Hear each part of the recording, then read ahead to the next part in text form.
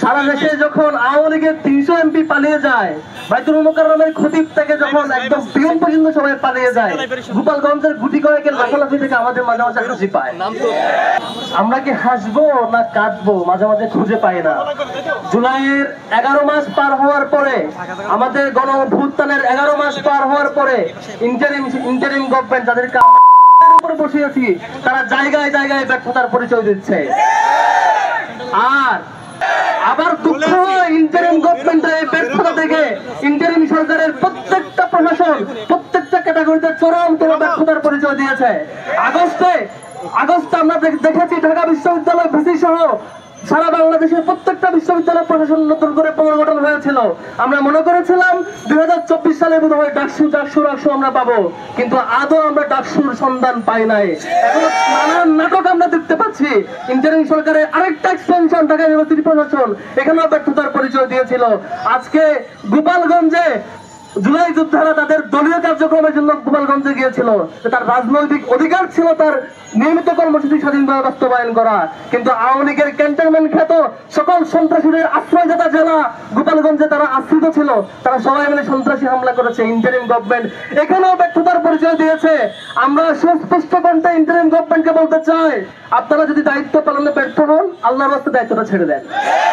আল্লাহর রাস্তায় দায়িত্বটা ছেড়ে দেন। বাংলাদেশে অসংখ্য তরুণ যুবক আছে বাংলাদেশকে শাসন করবার জন্য, বাংলাদেশের দায়িত্ব নেবার জন্য। বাংলাদেশের তরুণের কোনো অভাব নেই। যারা দেশের দায়িত্ব নেবে, বিলিয়ে দিতে পারে, তারা এই দেশটাকে সুন্দর মতো সাজাতে গড়তেও পারে। কিন্তু আমরা আপনাদের প্রতি সম্মান রেখে, আপনাদের ব্যক্তিত্বের প্রতি তাকিয়ে আমরা আপনাদেরকে সেই আসনে বসিয়েছিলাম, কিন্তু আপনারা চরমতম ব্যর্থতার পরিচয় দিচ্ছেন।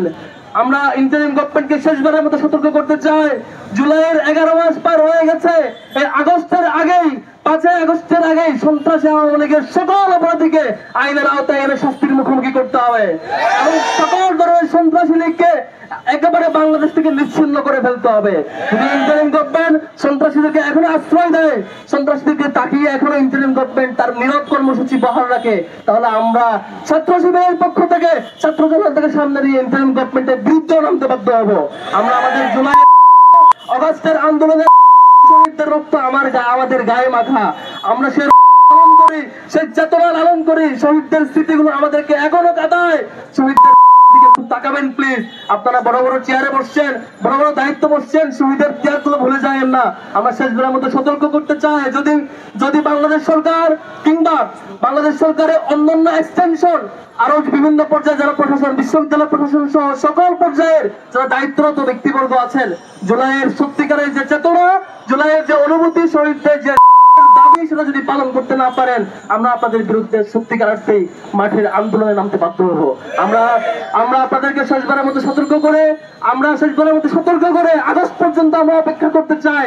এর মধ্যেই 5 আগস্টের মধ্যে আপনাদের সরব কর্মসূচি আমরা দেখতে পাই কিনা তাকাবো।